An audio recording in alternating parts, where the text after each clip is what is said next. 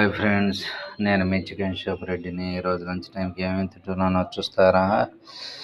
White rice, గొట్టాలు, mushroom curry.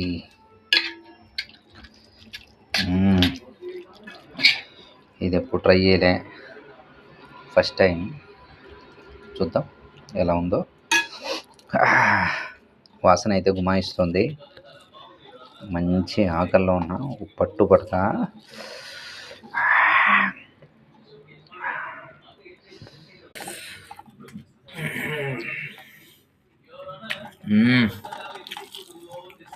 అద్భుతం.